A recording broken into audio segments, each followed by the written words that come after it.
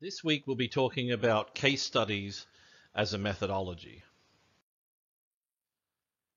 So as we move into understanding what the word case studies means, we can see that the concept of doing a case study does have multiple meanings. So it's important that we have an understanding of what we're referring to. It can be used to describe the detailed study of a single social unit. And so this means that in research methods we have a term unit of analysis, which means what is the unit that we'll be studying. A case study means one unit, but the one unit could be one person or perhaps one organization. And so it doesn't necessarily mean always just one person. It can mean one, let's say, police agency, correctional agency, one particular prison, one particular organization, such as a domestic violence organization. So we're looking at one thing, but of course we're looking in great detail. We're usually trying to find some rich data within our approach. Another way to think of it is other studies use large data sets, maybe 10, 20,000 people, where there's some variables and some areas of interest. However, it's very difficult in those large data sets to drill down into one individual or one agency within this big data set. For example, if you have a data set of all the police departments across the country, you'll have a lot of information, but in case study, we want to have a look at one police department and really drill down and get some rich data about what's happened on a particular topic, theme, or issue we want to study in reference to this one organization. For purposes of this class, case study also refers to a method of study, a research method. So a case study is how we conduct a study, but it's also a methodology or a way that we can use a method to understand a social context a lot better. You'll find that case studies, because they're aiming at that rich data, tend to use qualitative methods. So qualitative refers to the written method, usually interviews and the recording of notes. So in a lot of this research, you're writing notes, you're asking people questions, and then when you present your findings, it's written with the quotes of the individual or the agency in the study. In contrast, quantitative methods use numbers, and that's the opposite of this. We're thinking of large data sets and quantitative methods such as using a regression analysis or structural equation modeling or some other ways to do some statistics.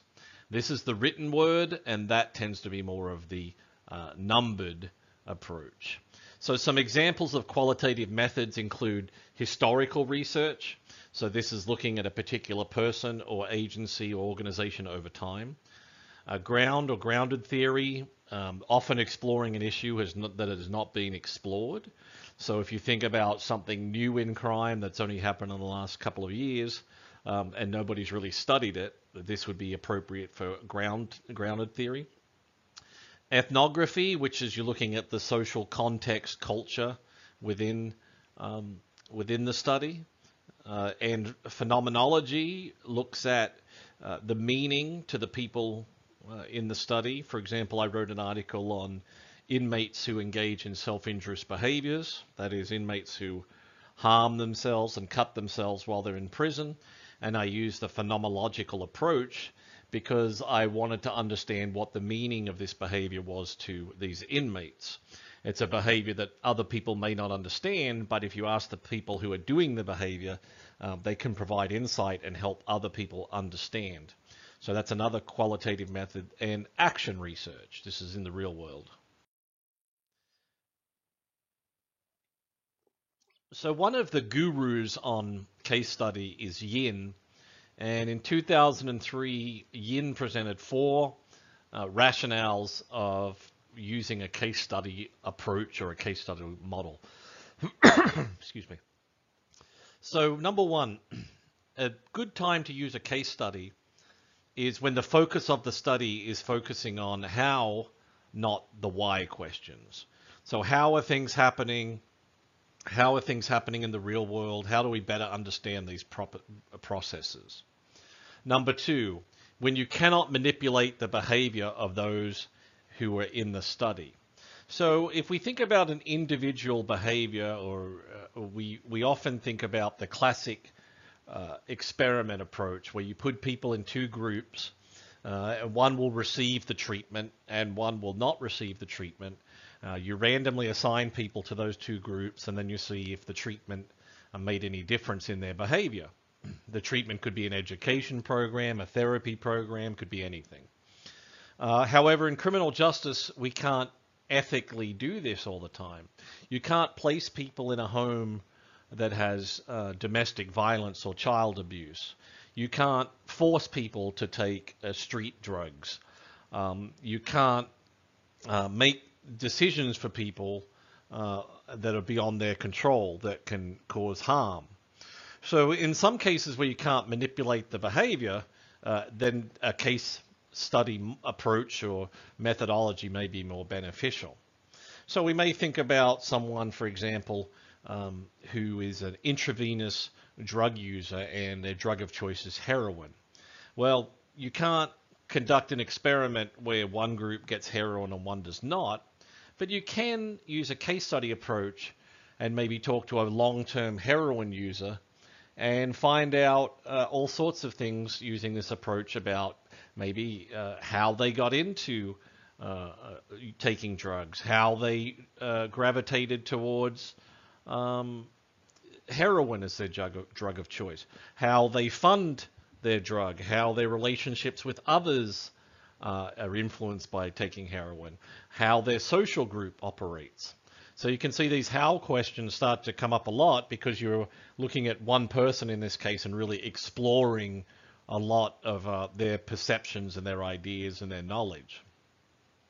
Number three, when you want to examine contextual conditions because they are relevant to the thing that you are studying. So this is an important thing for a case study.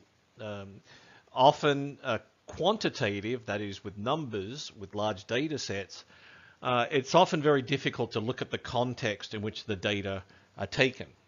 For example, one of my current studies, I've got all of the visitation to a prison system for an entire state for 10 years. So this is thousands and thousands and thousands of records that document every time a person visits an inmate in prison. There'll be variables such as the length of the visit, the relationship between the visitor and the inmate, the time of day, and etc. However, there's also 28 prisons, and I can't go to all 28 prisons and every single visitation because they're happening almost every day. And so how do I get a sense of some more knowledge about jail visitation? Well, if I use my methodology of a case study, I could go to one visitation on one day, and the unit of analysis would be one prison in that case, and I can observe and record and conduct scientific reflections and use the scientific method to further explore what's happening in that particular context. So I can access the context, and the how questions will return. How do visitors feel as they have to go through security? A lot of times they'll say they feel like the inmate as they get a pat down or they get put through the security procedures. How do they negotiate things like the cost and the expense and the transportation? How do they feel about the visit? And these are all types of the how questions that are very contextual that I cannot access in that other form of data, which is the large data set that will probably use numbers and statistics to get a different sense of what's happening. And finally, when the boundaries are not clear between the context and the phenomenon itself, returning to the intravenous drug user who favors heroin, they're within a very specific context, particularly the way that they get drugs, take drugs, and negotiate life. And that drug use is ingrained within the context. Sometimes it may be difficult to see Well, is it the context that's leading to that drug use? That is being around peers who take drugs, having trauma from childhood and other issues, or is it the individual? Is it the actual use of drug use, or what is the interaction between those two things? So that's a fourth rationale for when to select a case study approach. Another way to think about this is, as the researcher, we're moving from being objective or non-personal or apersonal to being subjective and interpersonal. You can see that on the left-hand side of this slide. So the more that we move into being objective or removed from the event, we are more likely to kind of favor quantitative research. Once again, the large data sets, researchers may not actually see a person. They may receive a secondary data set from an agency or from somewhere else, and they may conduct statistics and clean the data, conduct statistics, find out relationships between things. They may never actually see the context in which the data was collected. They may never actually see a person. They can conduct this research entirely in their office at work or at home. As we move down to qualitative research, and we're thinking more about words than numbers, we start to become a bit more personal, and we lose somewhat of that objectivity. That's not a bad thing. There's no better or worse in these decisions. It's more a case of what's appropriate. Qualitative research often requires approaches like interviewing people one-on-one, and other types of interpersonal interactions where the researcher will be influenced by going into the context of a prison or a police department, leaving their office, going in to do real world research, and it becomes much more of a personal endeavor.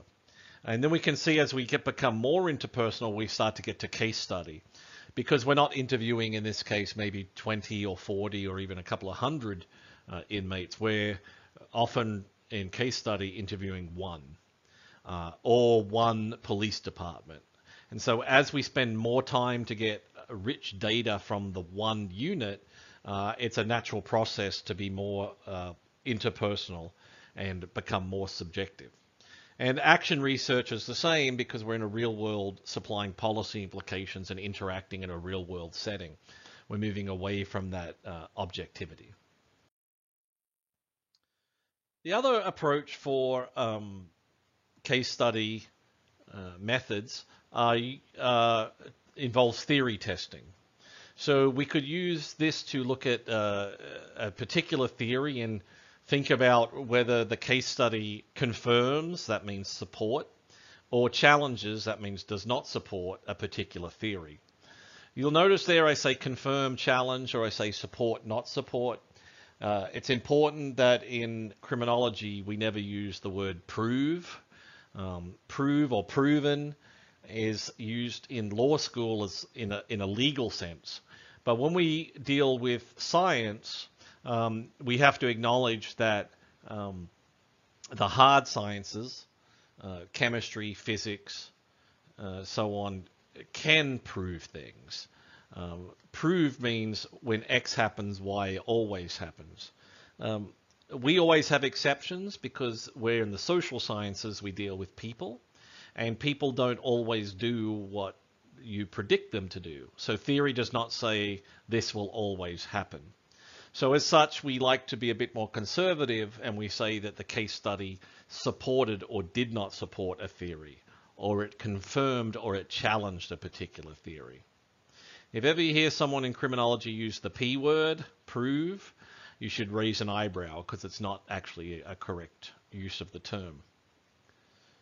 Another way that we want to think about single case studies or case studies is when we have to access a place that is fairly inaccessible or difficult to get into.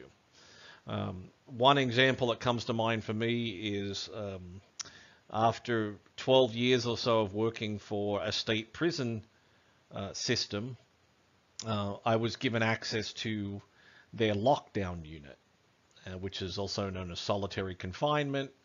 And this involves me going through security at the prison, where they know I'm coming. It's just like an airport security. I have to take off the shoes and the belt and turn my pockets out and go through a screening system, and they have all sorts of tools and screening apparatus. And then I'm in the prison. Then I have to go to a certain part of the prison for lockdown, which is another security. Same thing, taking off the shoes, taking off the belt, getting a pat down, going through their machines. And then I come across inmates who are being housed in these units for 23 out of 24 hours a day. This is a very difficult place to access. Most people cannot access this, and I can't even take students on prison tours to these to a lockdown facility. They are the highest form of security in the entire criminal justice system. They're the most removed from society, and it takes a lot of work to get in them to conduct any sort of research. So as a result, the case approach lends itself to criminal justice in these types of situations. There are other situations such as crack dens where people are taking drugs, police get-togethers where only police are kind of invited, and other places that are inaccessible either due to the architecture and the formal presence, such as a prison, or perhaps even to informal processes like a group of police officers getting together at a social event where non-police officers may not be welcome. But either way, when there's difficulty with accessibility, it tends to lend itself towards using a case study. The other thing to consider with a case study is the data and the facts are not gathered just from sitting down and conducting one interview. Often the data that is collected may come from various sources.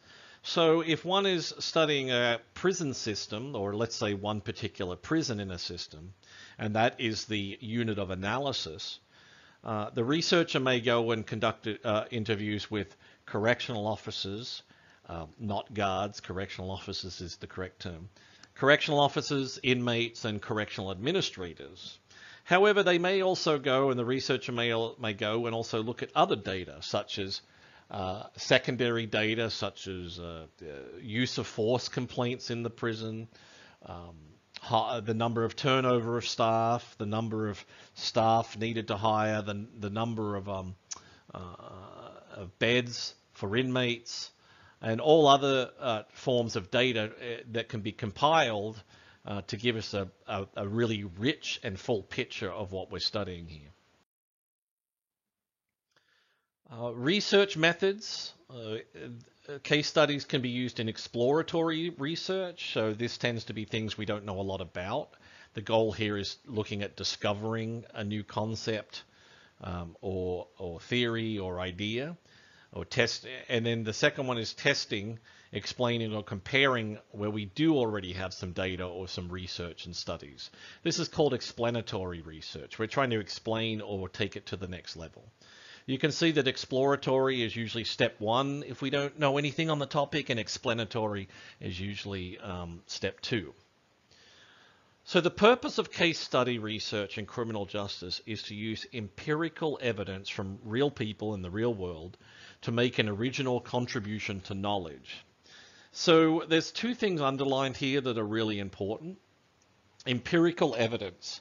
Empirical is a very fancy word, but all it means is our senses, hearing, sight, smell, etc. Okay? So we are not collecting evidence, just making it up out of the air, or what we call anecdotal evidence, which you see on Facebook, which is, let me tell you a story about me or my friend. We're doing empirical evidence where a researcher or somebody in the field is looking and sensing these things and making, recording the data based on those senses. Okay. And this is an important requirement of science, and it's one of the areas where science and religion actually differs. Religion operates on the basis of a belief system or believing in something, and empirical evidence is not necessary for that belief. In fact, it's often difficult or impossible to have any empirical evidence. In contrast, the case study does not rely on any belief. It must rely on empirical evidence, much like all science does. And then the second part is it must be an original contribution. There's no point doing a case study and finding out the exact same thing that somebody else found out. You're not really contributing to, you're just copying and pasting what somebody else did. Now, this doesn't mean that you have to go and reinvent the wheel, but it does mean that maybe someone else's contribution has given you an idea and you want to continue to get in more depth on the topic, or maybe look at that topic in another setting. So these are important requirements in the way that we think about doing the research. The other part of this approach with case studies is it can often illuminate what's called the invisibility of everyday life. And this is a great little quote, and it kind of gets at what sociology and criminology is often about. Sociologists will point out that that people are kind of like fish in a fishbowl. We swim around our little fishbowl, and what we see in front of us, we often think is our entire world. And we're often blind to the fact that we're inside of a fishbowl and that there's this entire world around us. And this can highlight that world because you can explore one particular place or one particular person in a great deal of depth. So it can kind of help us in that fishbowl to look outside the fishbowl and go, hey, there's a whole other world out there. Some examples that I can give you in my own research. I've encountered inmates who hurt themselves and engage in self-harm, who have had very traumatic childhoods, just filled with neglect and abuse and all sorts of trauma. And I've had questions asking them about their friendship groups, particularly during adolescence. How did you do in school? How many friends did you have? Can you describe your friendship groups? And I was surprised to find that a large portion of them said, I've never had a friend. Of course, I said, what do you mean you've never had a friend? They said, well, there's people I've stolen cars with and there's people that I've done crime with, but I've never had someone that I would call a friend. So this is a concept that was invisible to me. I assumed that everybody had at least one friend in their life at some point. And you'll find that your assumptions can be challenged conducting this research because you'll meet people who have very different experiences from you, and they can highlight that world outside your little fishbowl.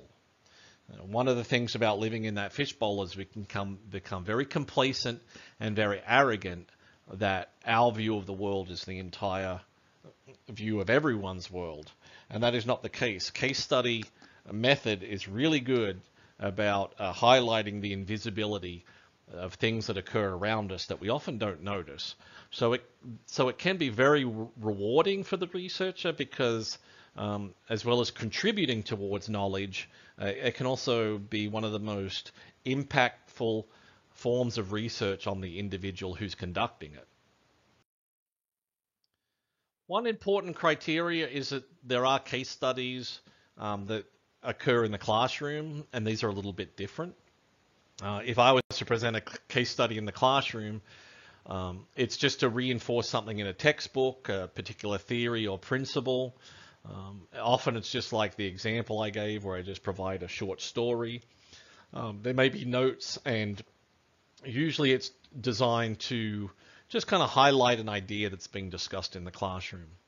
In contrast, research studies that use case studies are written for researchers, and the goal is to present them at a conference or get them published in a journal article or even a part of a book.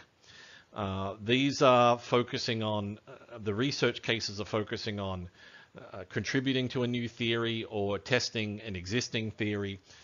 And so that's one of the key differences. Is the research cases usually draws from some sort of theory of why we're doing this type of study, why it's important. So in that way, we're examining the individual or the agency or organization as part of the method, but we're usually in the research cases trying to find some underlying concept, theory, or framework that we're exploring. There's something else that we're kind of looking at. This is just an important difference to know to recognize. So another way to think about case studies is how they've been utilized. Criminal justice, surprisingly, does not use them as much as you would think. In criminal justice, you can have a very good career downloading secondary data, sitting in your office, crunching numbers, and writing articles. Going out into the field can be time consuming. You have to build relations with the agencies. It can be messy. You may get to the agency and the person's not there that day, or they've had something happen. They're time consuming, messy. They can take a long time, and perhaps that's the reason that case studies haven't used them as, criminal justice has not used case studies as much as it should. However, in other fields, these are very common. So, for example, in public health or mental health, there's published case studies on all sorts of individuals experiencing a physical health or a mental health condition. And when you explore responses from one individual who is living with a physical or mental health condition, it can generate a great deal of knowledge based on that approach.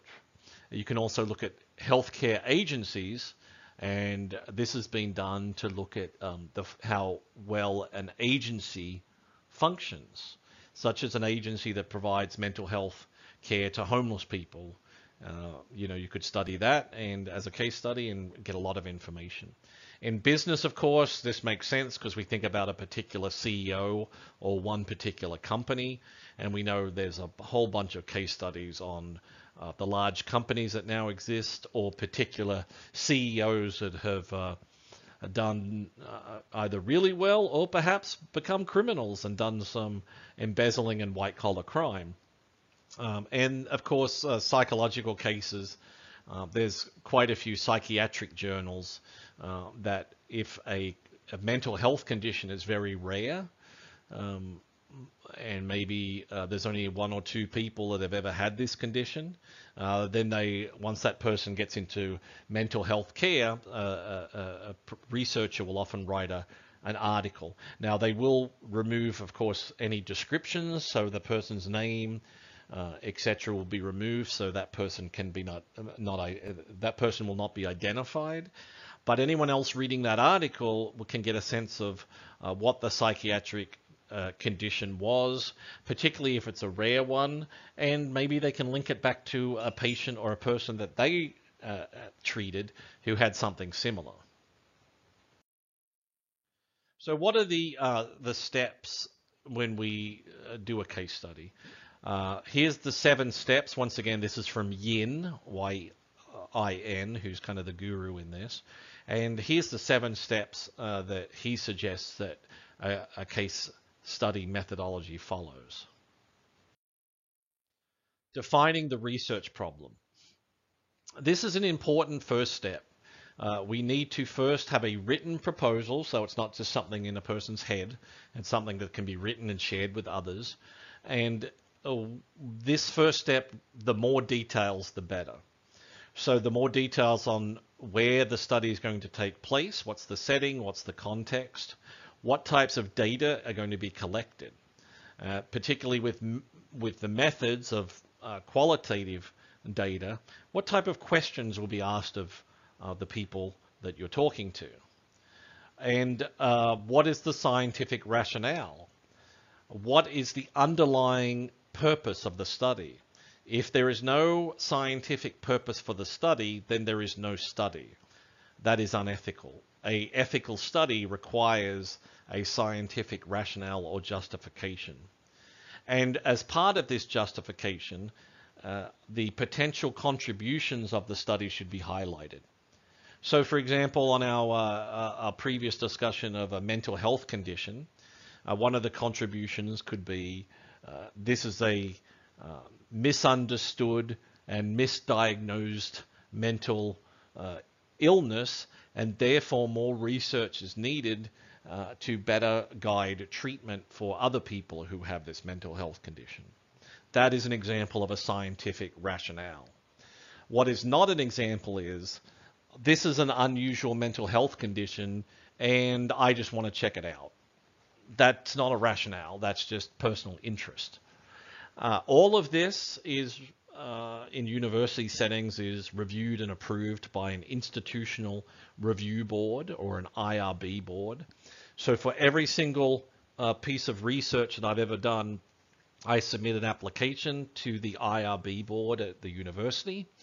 It's written with all of the details that I've just discussed, from where the study will take place, how many people, what are the outcomes, what are the benefits, what are the risks. It's an extensive document. It is reviewed by a committee and they provide feedback. And then the committee will hopefully approve the application. And then once the application is approved, then I can go and start asking my questions or doing my research. Importantly, if it's not approved or until it's approved, I cannot do a single thing in terms of research because I have not got that approval from the university. The IRB is crucial because it also contains issues of informed consent.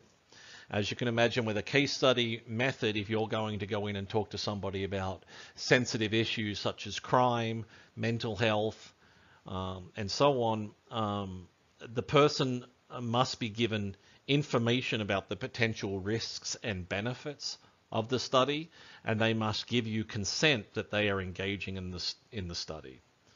That also means that they understand the rules of the road, which means at any point in time, if they want to stop this research, they stop it and tell me. If they want me to throw away anything that I've recorded, I must. And if they do not give consent, then I cannot ask them any questions and they are not involved in the research. These rules of the road are very important for the researcher and for the individual participant. The researcher should do everything they can to protect the privacy and confidentiality of the respondents. Once again, with a case study method, it's very easy to make a mistake and provide identifying information on a person because you are often just interviewing one person or one agency. And so care must be taken to avoid giving identification of who this person is. In some ways, we're not really interested in the person. The person is a conduit to themes, issues, and topics that we are interested in. And so by giving them the privacy and confidentiality to really express themselves, we really can move beyond the individual to get at these key themes and issues that individual has expertise or a good knowledge base about that we may not. So this topic of unit of analysis is crucial. You'll hear about this term in research methods. It means, what are we actually studying?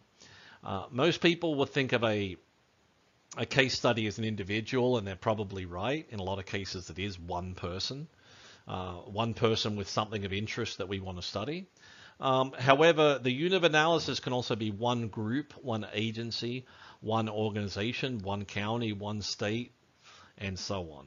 As long as it's one thing, and we're not comparing, say, two police agencies or things that don't fit into one grouping, that's the crucial decision here.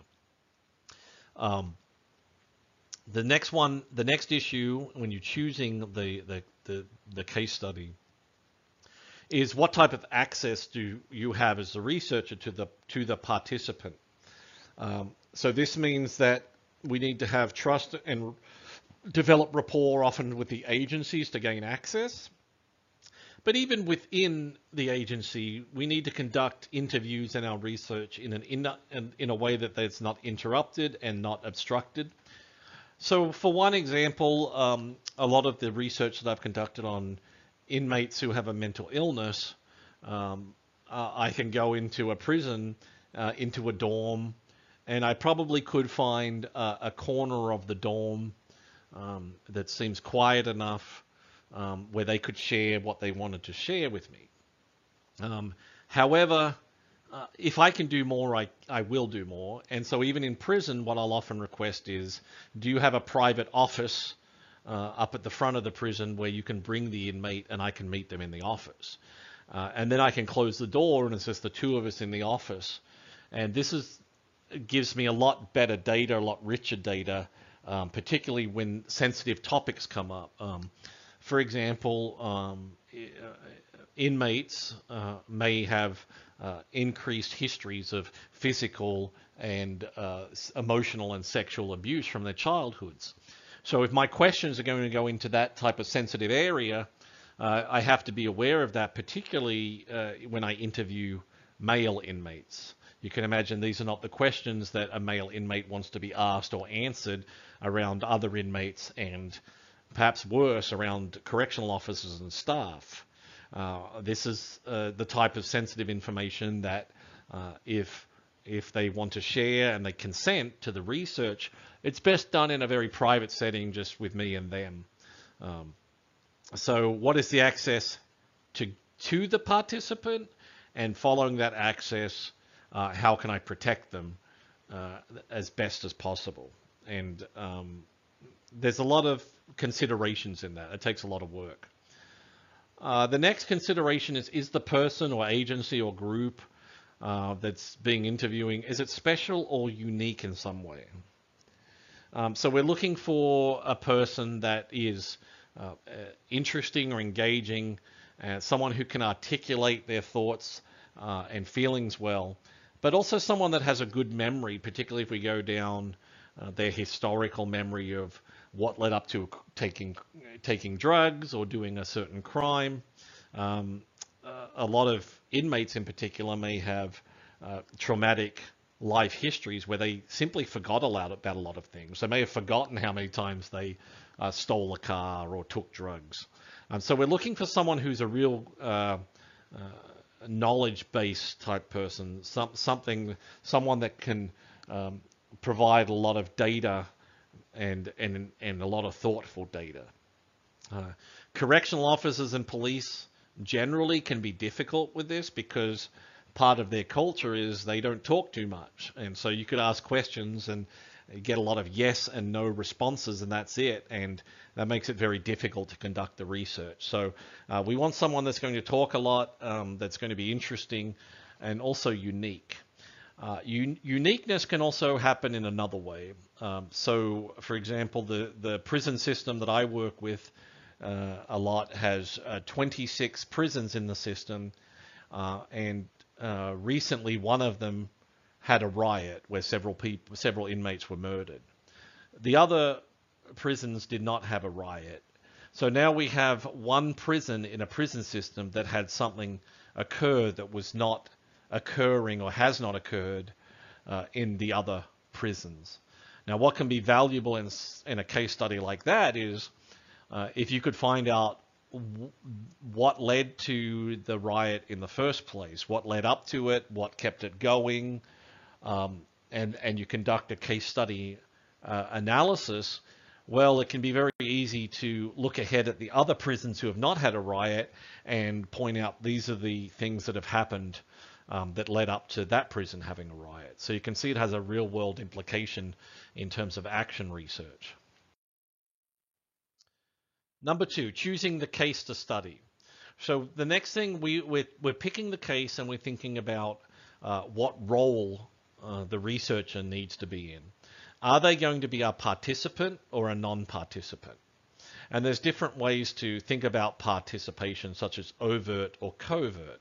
Okay, so a participant, one of the best ways to think about this is if you were studying a case study and the topic was studying a gang. A non-participant observer may sit in a coffee shop across the street and observe gang members and take notes.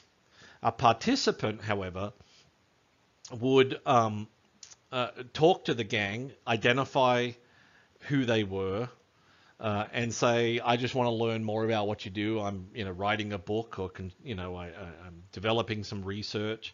And once again, those same IRB requirements come into play where no one's going to be identified. And then the next level is the person going to be overt and perhaps go around in the car with the gang, go into their houses and embed themselves, or they're going to be a little more covert and not tell the full story and be a bit more of an observant than an actual participant. So how much you get involved in the social context is a very important consideration. In prison, this actually doesn't have as much relevance because I have to identify myself and then I leave the prison. But in a real world setting, such as a gang, this becomes much more relevant when one is conducting a case study. Number 3, defining terms. One interesting word here is at the bottom, operationalization. And what that means is we must define what we're actually studying. In a lot of times, the definition is a definition that we all have in our own head that may not be anything like what other people have. So the fact that we write it down in our research and reports means that anyone else can see what our definition is. They may not like it, they may agree with it, they may not, but it must be written down so it can be shared. And so one example of this is thinking about the case study of the gang. I'll start by asking you a question. How do you, listening to this, how do you define a gang? What is a gang? I'll give you a minute. Let's think about it. What is a gang? How do you define what that is? Now, if I went around the class and I asked a bunch of people what a gang is, I bet everyone would have a slightly different definition. That doesn't help us when we're aiming to measure things. So some people may say it's a group, particularly young people, who regularly associate with each other. So they're not mentioning any sort of crime. Another person may say an organized group of criminals. Another person may say something else, and then we haven't even got into a numbers. So is a gang 3 people? Is a gang 5 people? Is a gang 10 people? What does it mean that a person has to be in the gang? Do they have to be jumped in where they get beaten up for a few minutes and then they're officially in a gang? Or is it more of a loose, informal process? Whatever the idea of the gang is, it must be stated correctly in the research. That's fundamental. It's a fundamental starting point, and in all of your papers and research and work at school, you should always think about the importance of definitions. People assume that their definition is correct, and it might be, but it's often not shared with other people who we assume share that definition. So a couple of terms. First, we start with a concept. A concept is something that's abstract or a generalization from experience or a bunch of concepts. So the gang, the word gang, is actually a concept. It's a concept of a gang. Okay, it didn't exist throughout history. These things have been invented, over time. These words, for example, child abuse only came into existence in like the 1960s and 70s. We think it was a concept that may have gone over time, but it's not. Often a concept is very abstract or general, and at this point we can't measure it. If I just say gang and no definition, we have a concept, but how do we measure that? So the way we measure it, we have to take our concept, which is abstract, and we have to turn it into variables, which are measurable. Okay, variables are logical sets of attributes and characteristics.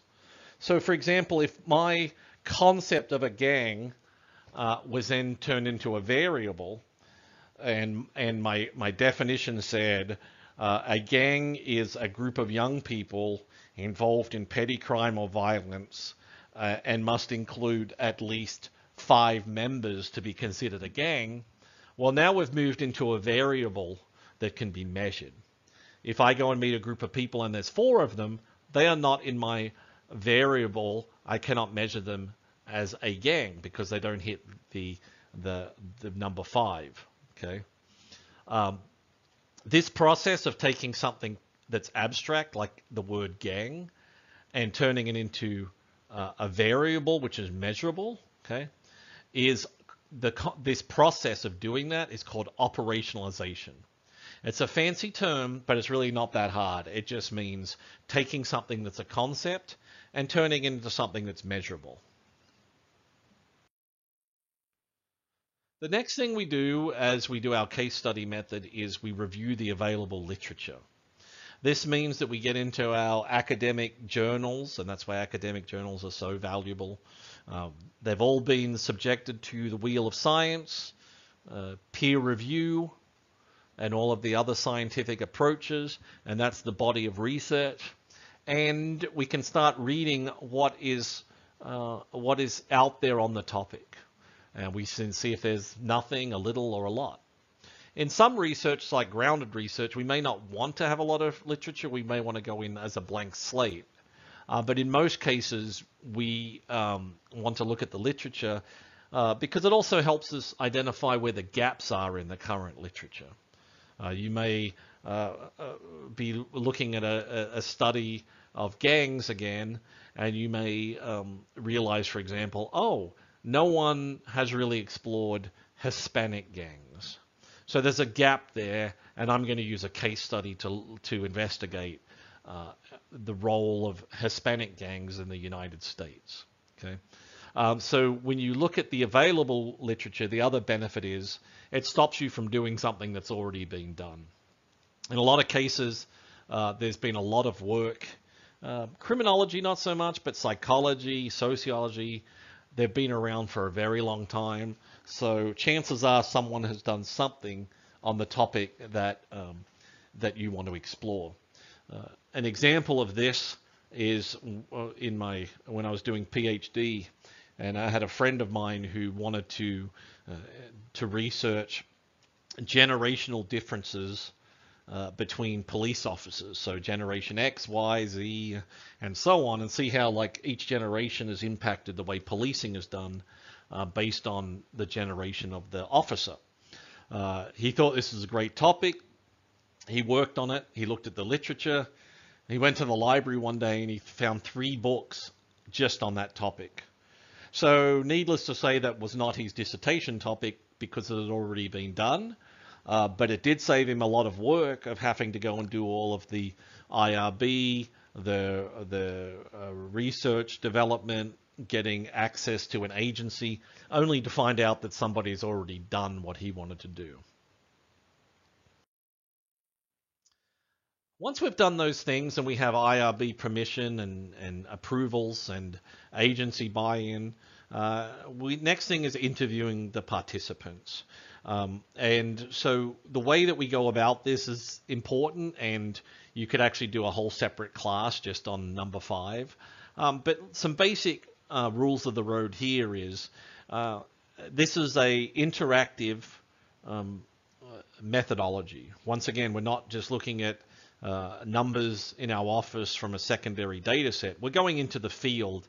So we need to build some sort of rapport and open and ongoing dialogue with the participants.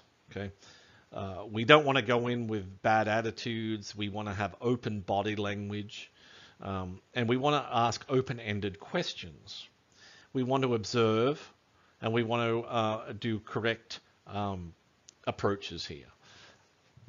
One example on open-ended questions is it takes some thought, and some follow-up questions are just as important. We always want to avoid closed questions such as, are you incarcerated? Yes, no. Are you a man or a woman? Yes, no. I mean, there's nowhere to go with those questions. But if we ask somebody, what led to your incarceration, or what are your thoughts about this education program, or what are your thoughts on jail and prison visitation, these are kind of open, and when the person responds, we can add questions to those original questions. So if a person says, oh, it's generally good, but I did have a visitation last week that was really bad, the researcher could say, tell me more about that, and follow up on that question. Once again, the researcher is part of the research tool, so they are not some sort of abstract, impersonal data collector. Their engagement is crucial. I've done interviews where I've talked to inmates for 8 to 10 hours in one day in summer where the AC in the prison didn't work, and I was just sitting there just sweating, but the data was so good that I was engaged, and it gave me a lot of energy to do the work, and I really enjoy doing this type of work.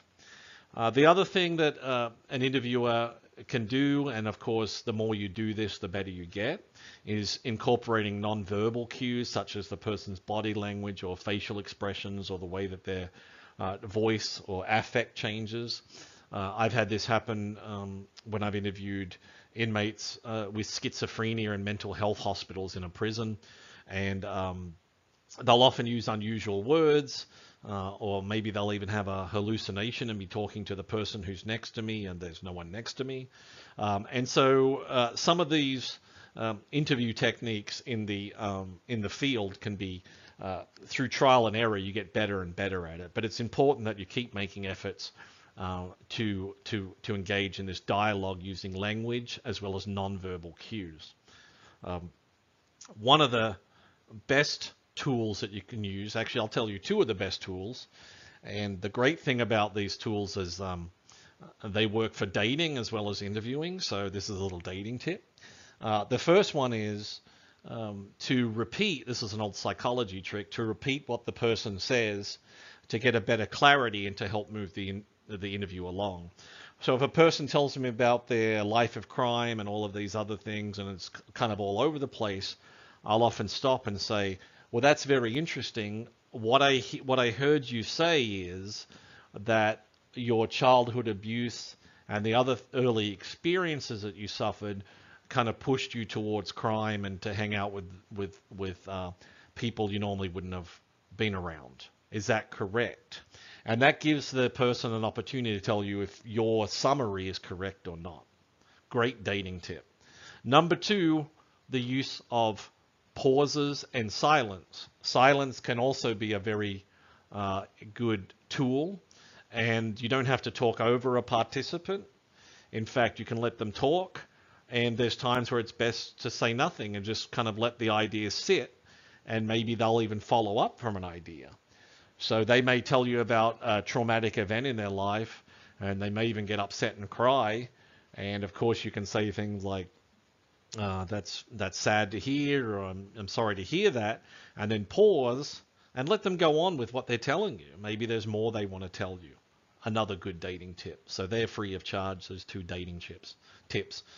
And then the last part is question phrasing.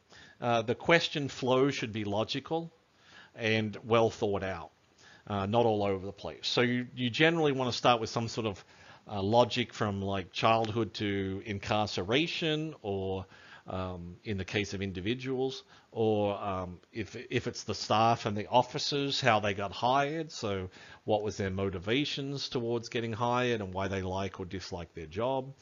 And some sort of flow is important. So not jumping around with, tell me about your childhood, tell me about this, tell me about that. And it's kind of a bit all over the place.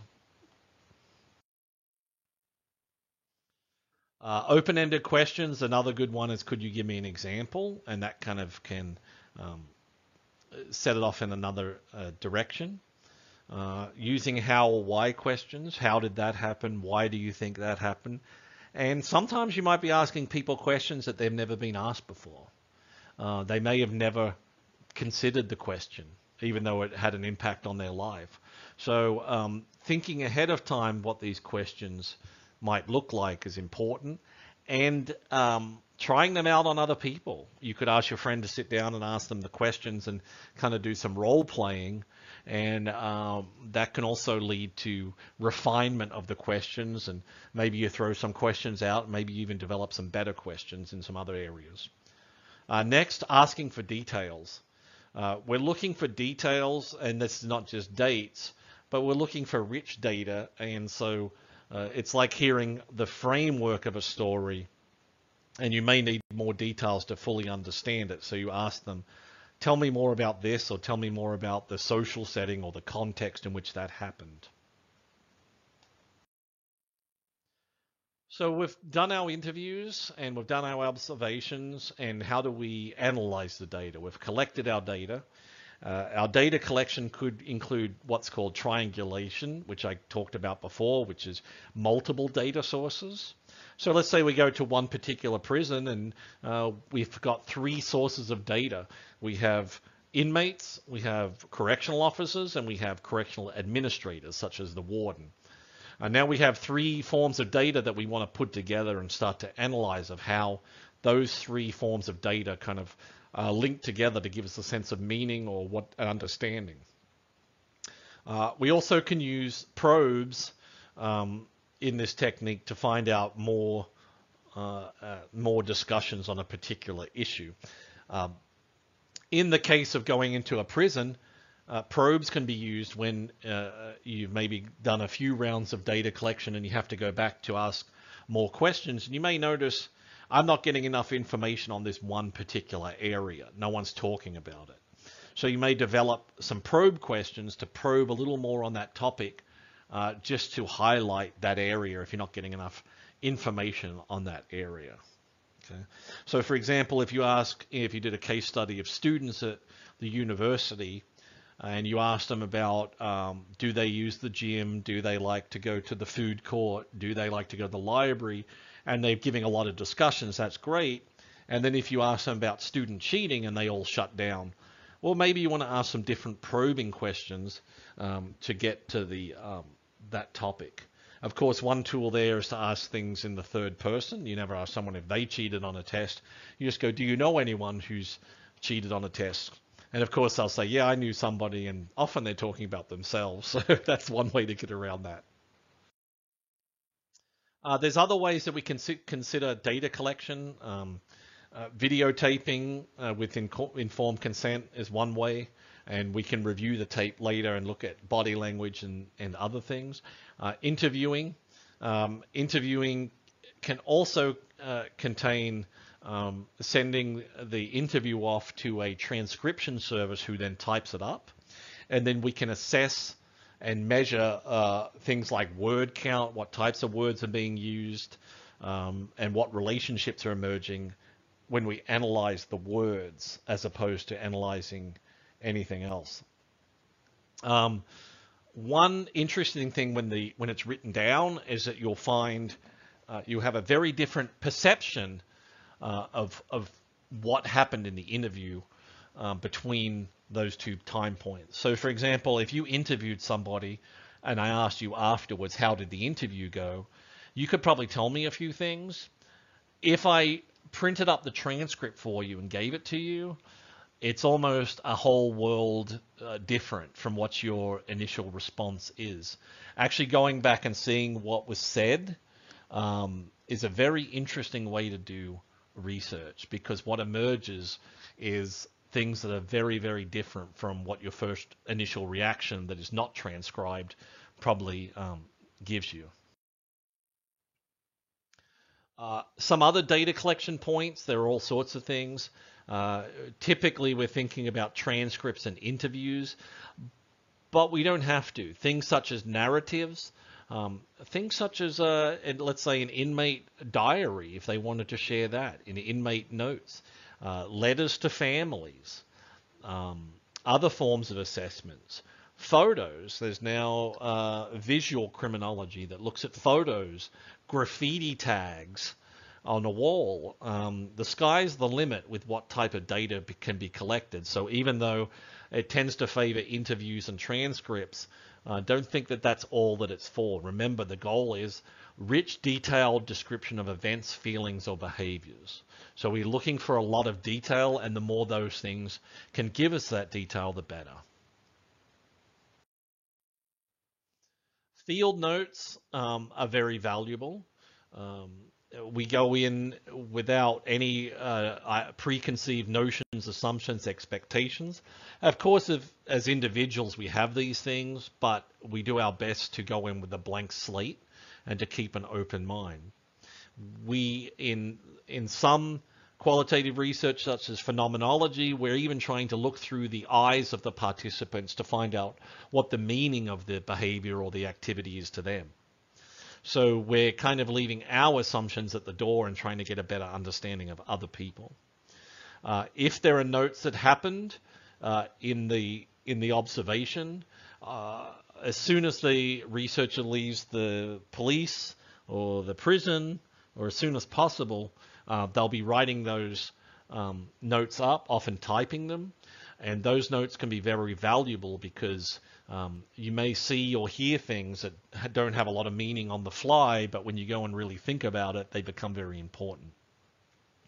And you will see things in criminal justice that you didn't expect. One of the things when I do prison tours and take students, one of the prisons we go to, they have a lot of wild cats in the prison. And these cats don't come into the dorms, but they're all around the prison. And it's just one of those odd observations that students kind of are surprised by. They don't expect to see cats for some reason. And so that could be something random that you write down an observation, but later becomes something that you want to think about a little bit more. You know, the cats may represent some sort of freedom because while they're in prison, they can move around, they're treated well, they're fed, the inmates look after them. Maybe there's something to these observations that on first glance don't have a lot of meaning, but if you type up your notes, you'll find that they often things emerge that are surprising and interesting. So we're collecting our data. When do we know when to stop? This is an important question. When do we know when to stop, or do we just keep researching for years and years and years?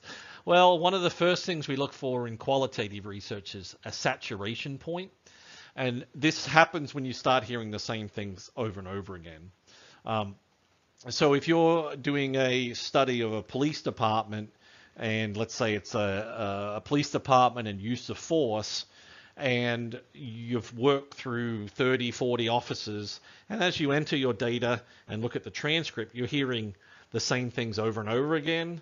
You've probably hit that point of saturation where you're not really getting the best bang for your buck by continuing to do the research. You have enough. What Yin says is data is about complete when the thing being studied and its contexts are specific.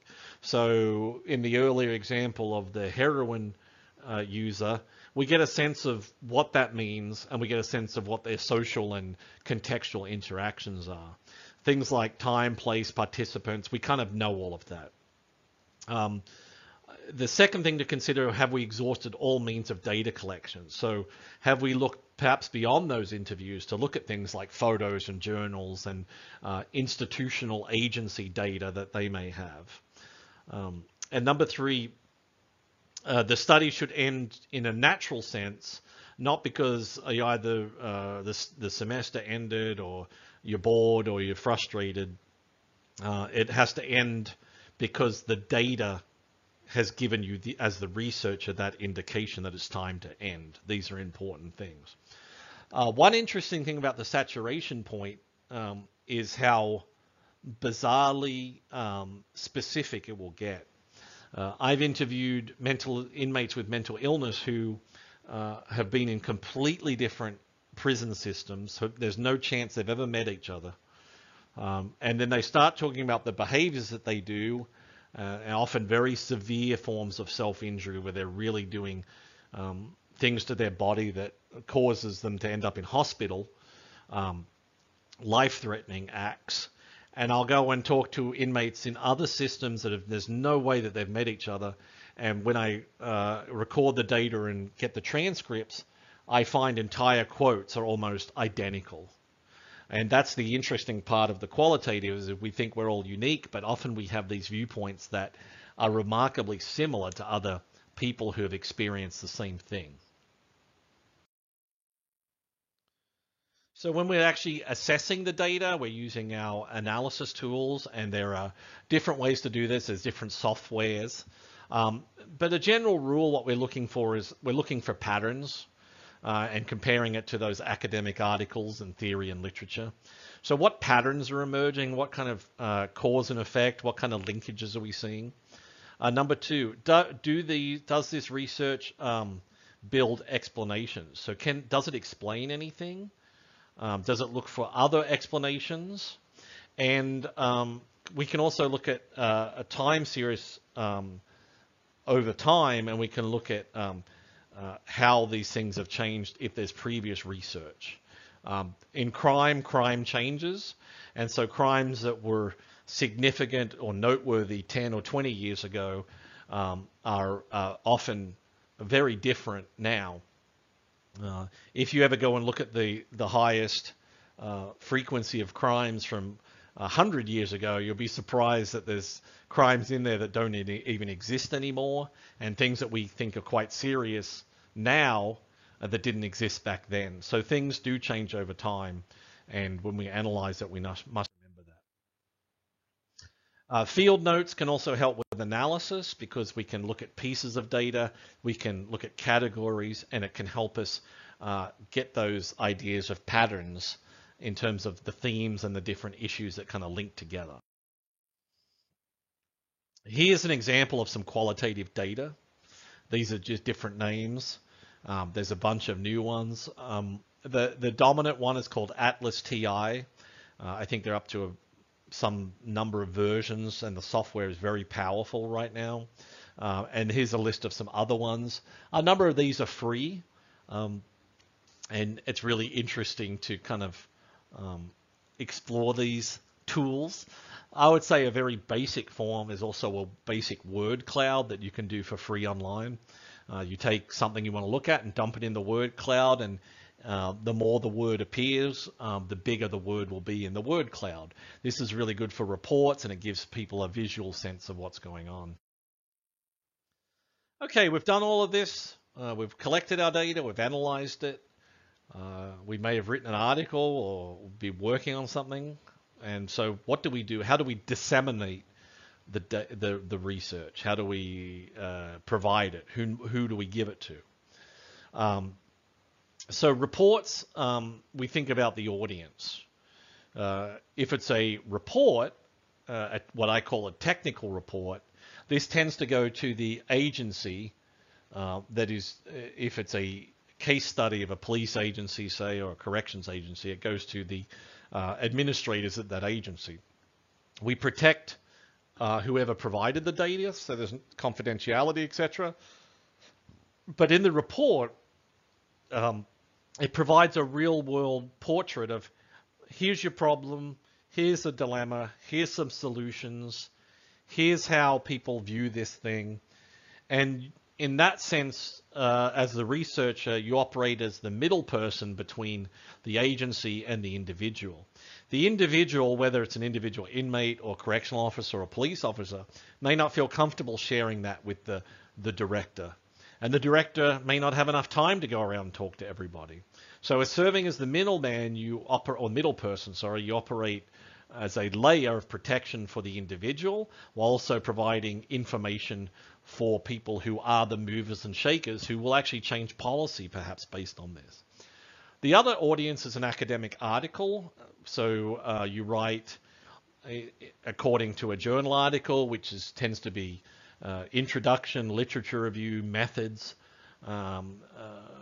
findings, and then some sort of discussion and conclusion. So that will be more technical. That will be more written for an academic base, so more theory, more discussion of the methods, which are not usually needed by directors of agencies in a technical report. So two different prime audiences for this method. You tend to include, as the researcher, diagrams and graphs. This is very effective for agencies as they like to use those graphs and diagrams if they're sharing the research with other people in the agency. So they may cut and paste it into a email, or they may put it in a report, or distribute it as a meeting, and it's really effective for them in a very short meeting to have visuals that they can refer to. And then, of course, with all of these, particularly the report, you want to make it look professional. If you are not professional and you send it to a journal article, they'll just turn around and send it back to you and say, no thanks. But if you're not professional, like if your title page is ugly and your formatting and your fonts are all wacky, and you give that to an agency, they'll accept it, but they may not call you again, and it's just not a very good product. So these are things to think about when reporting. For the basics, you do want to provide the setting where it occurred, how many participants were involved, such as in the case of one police agency, it might be I interviewed 30 participants in the one police agency. What's the social action, thought, or behavior? So what's kind of the content? What are we talking about here? And also, what's the interpretation of what this means? So this gets towards policy implications. This is really important. There's no point doing all of this as an applied criminologist and leaving short on terms of the policy implications. These are recommendations not based on what me as an individual researcher would do, but instead of that, based on what the data tells us should happen. So if an inmate, for example, says, here's my negative visitation experience, then the policy implications are, here's the 3 or 5 areas in which visitation can be improved. Once again, not based on what I think, but based on the data that's provided to me. We always have to think about generalizability. Because we're looking at a case study, we have to recognize that that may not apply to different settings. We recognize this as a strength and a limitation. As we drill down into very rich data, we also lose a sense of generalizing to other settings. For example, if I'm conducting a case study of jail visitation in one prison in one state, in no way does that imply that this is the way it's going to happen through all the other states in all the other correctional facilities. When we report, we have to think a little bit more about how to report. We do have narratives. So because we're using qualitative methods, not quantitative numbers, we have words that we can use. And so these are real stories about real people. And so as well as assessing how the words are linked together and provide a portrait of the issue or the thing we're studying, often we can find big, meaty descriptions that really identify the problem and explain the problem, or explain a solution much better than we could. They tell the story because these people are living the story better than we can. So what I like to do in my presentations is provide either a slide or a page on the report, sometimes even the front page, that really highlights what this is all about. Remember, in criminal justice, this may involve issues of life and death. You may do a case study of one individual living on death row in prison. This is a very sensitive topic, an important topic, and you obviously cannot impose your own thoughts and beliefs because you're not living on death row. So how do you go about this? Well, you may find the person provided in all of their case study. You've done the analysis, you've connected the words, you've connected the themes, there's some theory there. But then you find one big meaty paragraph that you can provide up front, which kind of says, this is the experience, this is the thing that we're really talking about. Another way to think about it is if you were to take a whole album from a band, from music, and I said, pick 10 seconds that defines that album. That's what a nice quote in this situation could do. You get a little taste of it that describes the whole album, but you only get 10 seconds of it. Some other issues is interpreting case studies. This explains how we construct reality. They can be very personal and powerful.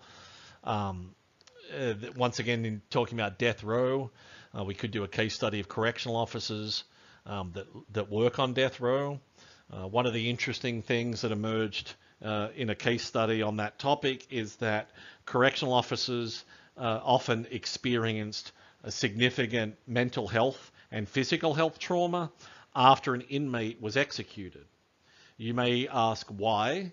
Well, death row, a person can have a sentence and be on death row for 20 or 30 years. In that time, the same correctional officer may be working with them. They will see them every day they come to work. They will see them every time they eat, or their relationships. They'll see them on good days, bad days, and people are people. They'll talk to them. And what would often happen is after 20 or 30 years, there'd be an old man or old woman that would be taken down to be executed. And the correctional officer at that time was, the relationship was one of perhaps even friendship. And so the policy implication was to separate the institutions, so they were taken to another place for the execution. That's separate from the ethics of death row, which is a separate issue. This is about the working lives of people in that environment. Phenomenology, as mentioned, this looks at issues of meaning.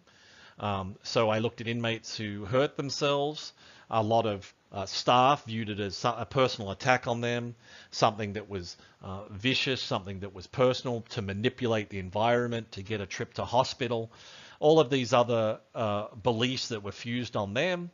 However, when I looked at their phenomenology or their meaning, I found it was not that at all. It was a coping mechanism. These inmates were often hiding the fact that they cut themselves. They were cutting and hurting themselves before prison. And so the meaning showed that there was a disparity between what staff thought and what inmates thought. Inmates were doing the behavior. Now, the important thing is, because staff were interpreting the behavior of cutting as personal, they were putting these inmates in solitary confinement and giving punitive responses. The inmates, according to their phenomenology, were in need of therapy and treatment. So here's a good study, a good case study, 5 components: questions, propositions, units of analysis, logic, and